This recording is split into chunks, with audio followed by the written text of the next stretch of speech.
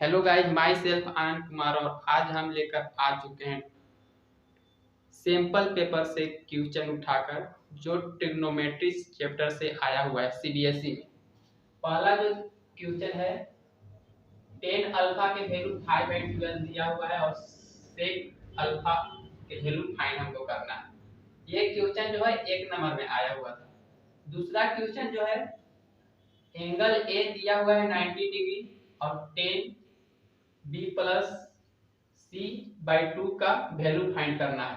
ये क्वेश्चन आया था हमारा 3 मार्क्स में और 5 मार्क्स में जो हमारा क्वेश्चन आया था वो था 10 थीटा के power cube plus 1 plus 10 square theta plus 4 theta के power cube plus 1/4 square theta. इसको हमको प्रूव करना है sec theta cosec theta minus 2 sine theta cos theta.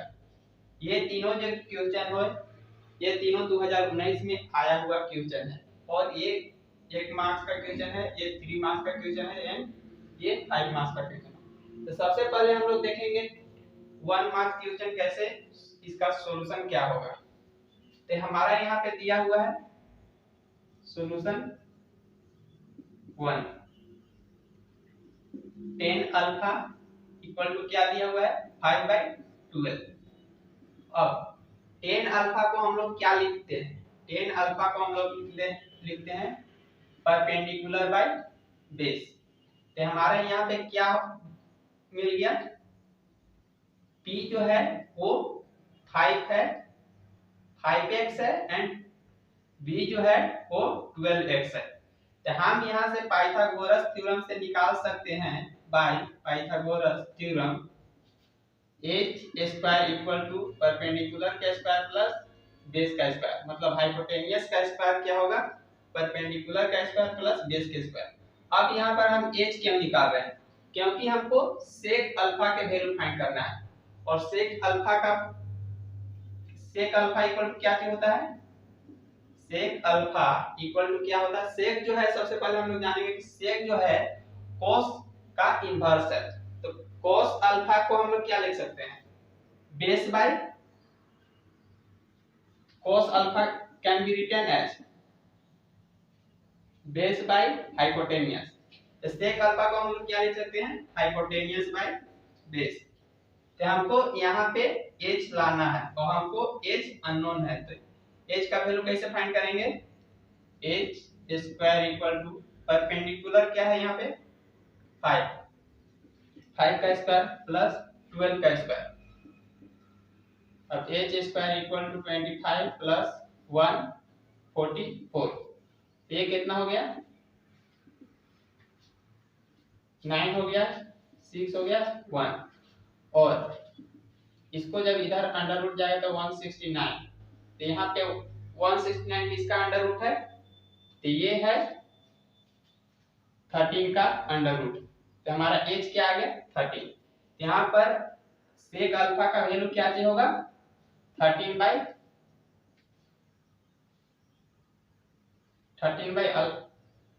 क्या होगा बेस। तो 13 h का वैल्यू 13 आ गया और b का वैल्यू क्या आया 12। सेक अल्फा इक्वल टू क्या हो गया 13/12। दूसरा हमारा क्वेश्चन 3 मार्क्स में है 10 अल्फा दिया हुआ है 90 डिग्री और हमको 10 b प्लस c/2 का वैल्यू फाइंड करना है। सबसे पहले हम लोग इसको इरेज कर लेते हैं।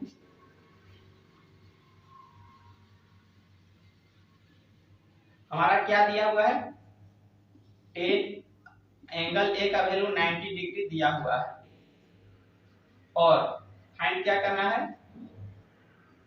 10 b प्लस c/2 का वैल्यू फाइंड करना है। अब हम लोग एबीसी क्या है ट्रायंगल बन रहा है, तो हम लोग एक ट्रायंगल के माध्यम से ये कह सकते हैं कि angle A plus angle B plus angle C जो है 180 होगा और angle B plus angle C क्या होगा 180 माइनस एंगल ए। तो एंगल ए क्या दिया हुआ है हमारा 90, तो 180 माइनस 90 क्या हो गया 90। तो angle B plus angle C क्या हो गया हमारा 90 डिग्री। अब हमको यहाँ पे क्या फाइंड करना है b प्लस सी बाई 2। तो हम लोग इसको b प्लस सी का हाफ कर देते हैं। तो b प्लस सी बाई 2 का हाफ, तो हमको इधर भी हाफ करना होगा। तो यहाँ पे क्या आ जाएगा हमारा 45 डिग्री। तो angle b plus C by half कितना हो रहा है हमारा 45 डिग्री।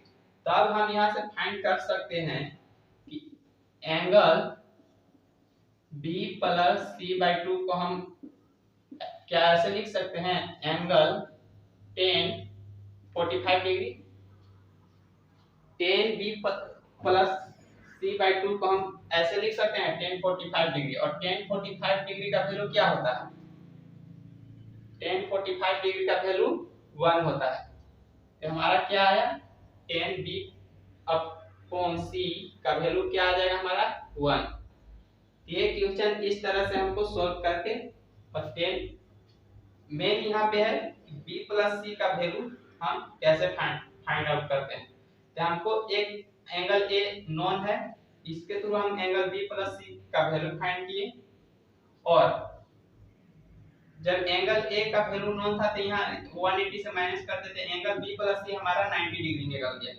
अब यहाँ पे हमारा दिया हुआ कि b बाई सी का हाफ का 10 के केस में हाफ का इसका निकालना है, b बाई सी का हाफ निकालना है वैल्यू। यहाँ पे हम इसका b एंगल b प्लस सी का हाफ कर लिए। एंगल b प्लस सी का हाफ 45 डिग्री आएगा। और यहाँ पे हम b प्लस सी बाई 2 के जगह में 45 लिख दिए और tan 45 का वैल्यू होता है 1। तो इस तरह से हमारा ये सोल्व हुआ। उसका बाद हमारा अगला क्वेश्चन है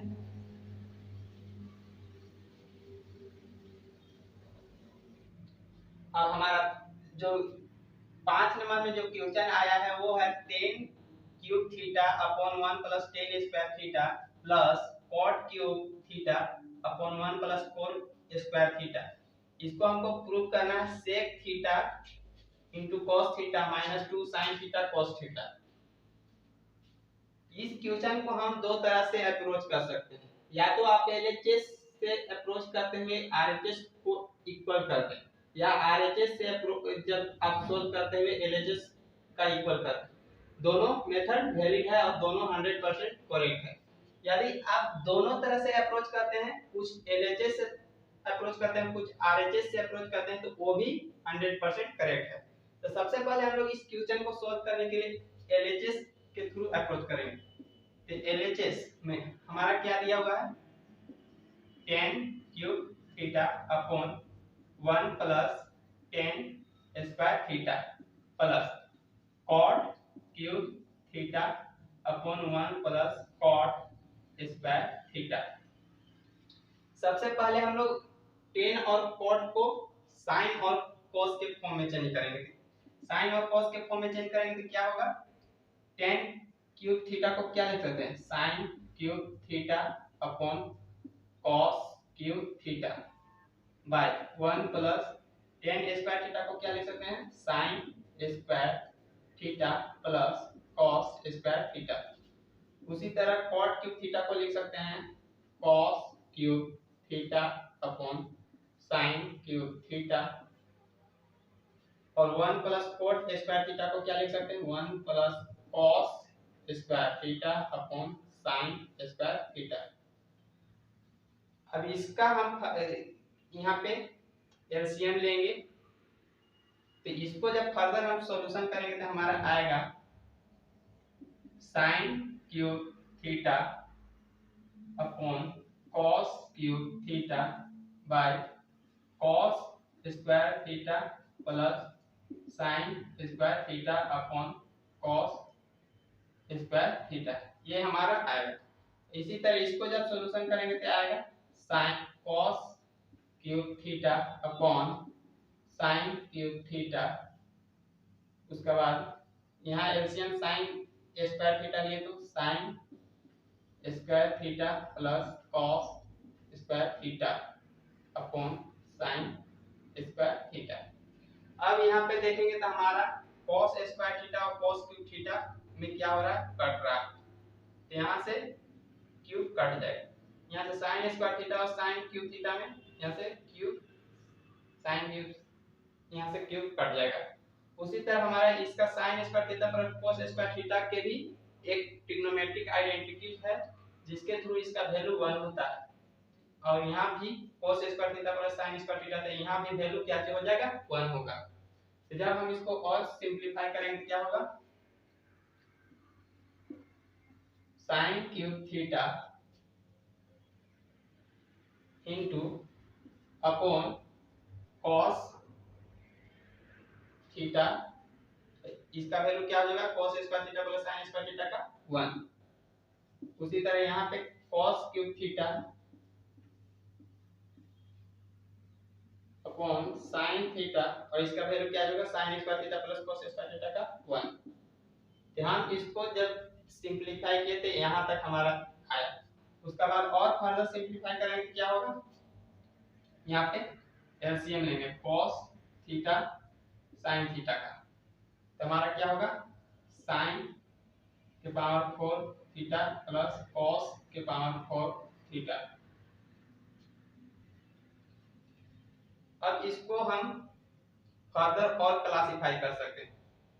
हम इसको और इस तरह से लिख सकते हैं साइन स्क्वायर थीटा का होल के पावर 2 प्लस कॉस के power 4 theta upon sine theta cos theta.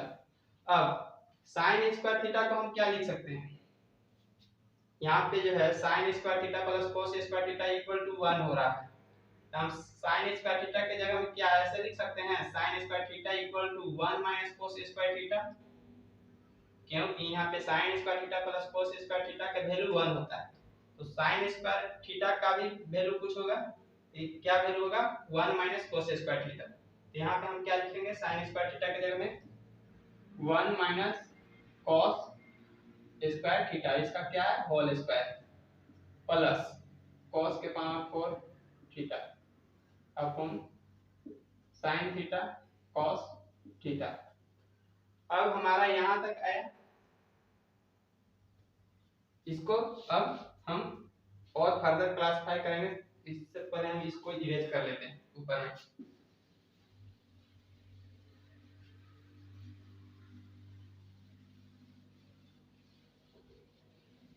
हमारा कहां तक आया, यहां तक आया, LHS इक्वल टू क्या आया 1 माइनस, अब इसको हम होल स्क्वायर से तोड़ेंगे तो क्या आएगा 1 प्लस cos के power 4 theta minus 2 cos square theta plus cos के power 4 theta upon sin theta cos theta. ये हमारा यहाँ तक आया। अब देखें यहाँ पे क्या है cos के पावर 4 थीटा है, यहाँ पर भी cos के पावर 4 थीटा है, तो दो ठो है, तो हम इसको जब फर्दर सिंपलीफाई करेंगे तो 2 cos के power 4 theta minus 2 cos square theta upon sin theta cos theta. यहाँ पे हम क्या लेंगे 2 cos के पावर 4 थीटा, तो यहाँ पे 2 cos स्क्वायर थीटा कॉमन लेंगे तो क्या होगा 1 plus 2 cos square theta common लिए तो क्या होगा, यहाँ पे बचेगा cos square theta minus 1 upon sin theta cos theta. अब यहाँ पे देखिए cos स्क्वायर थीटा माइनस 1 का वैल्यू क्या होता है, यहाँ पे हम देखते हैं sin square theta plus cos square theta equal to 1 होता है, तो cos स्क्वायर थीटा माइनस 1 का वैल्यू क्या आएगा, जब 1 इधर आएगा मतलब ऐसा होगा cos स्क्वायर थीटा माइनस 1 तो sin उधर चला जाएगा sin, तो वैल्यू क्या आएगा cos स्क्वायर थीटा माइनस 1 का वैल्यू आएगा माइनस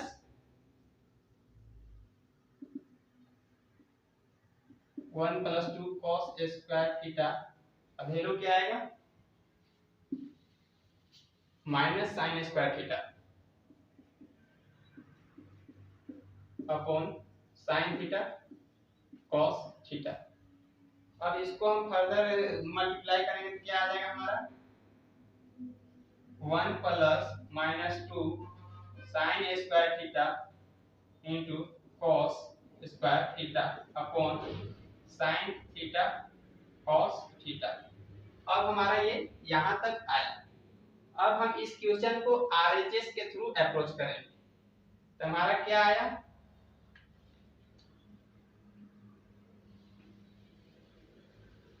एलएचएस में हमारा क्या आया, एलएचएस इक्वल टू हमारा आया 1 minus 2 sign square theta cos square theta upon sine theta cos theta. ये हमारा एलएचएस आया। अब आरएचएस के थ्रू अप्रोच करेंगे। तो सबसे पहले हम इसको सिंपलीफाई करेंगे, cos और sin और cos के फॉर्म में चेंज करेंगे। sec थीटा को क्या लिख सकते हैं 1 upon cos theta into cosec theta को 1 upon sin theta minus 2 sin theta cos theta. इसको और फर्दर सॉल्व करेंगे क्या होगा, sin theta cos theta 1 minus क्या हो जाएगा, इससे इस मल्टीप्लाई होगा तो 2 sin square theta into cos square theta. अब ये देखिए जो आरएचएस जो है हमारा वो एलएचएस के इक्वल आ गया। आरएचएस हमारा जो यहाँ से जब हम इसको सिंपलीफाई किए तो 1 minus 2 sin square theta cos square theta upon sin theta cos theta are LHS के इक्वल आ गया। यानी कि हमारा जो है LHS इक्वल टू RHS हो गया। तो हमारे इक्वेशन क्या हो गया, सॉल्व हो गया। मतलब हमको यहाँ से यहाँ पहुँचना था और हम दोनों तरह से पहुँच के क्या कर लिए, इक्वल कर लिए। यदि हम दोनों तरह से अप्रोच करते हैं और जहाँ पे इक्वेशन इक्वल आ जाता है तो हम कहते हैं कि ये हमारा क्या हो गया, LHS इक्वल टू RHS हो गया, मतलब हेंस प्रूव हो गया। ये क्वेश्चन सीबीएसई में आया हुआ था 2019 में। ये 1 मार्क्स में आया हुआ था, ये 3 मार्क्स में एंड ये 5 मार्क्स में। तो इस क्वेश्चन को आप लोग इस तरह से बनाएंगे। मिलते हैं अगले वीडियो में, तब तक के लिए धन्यवाद।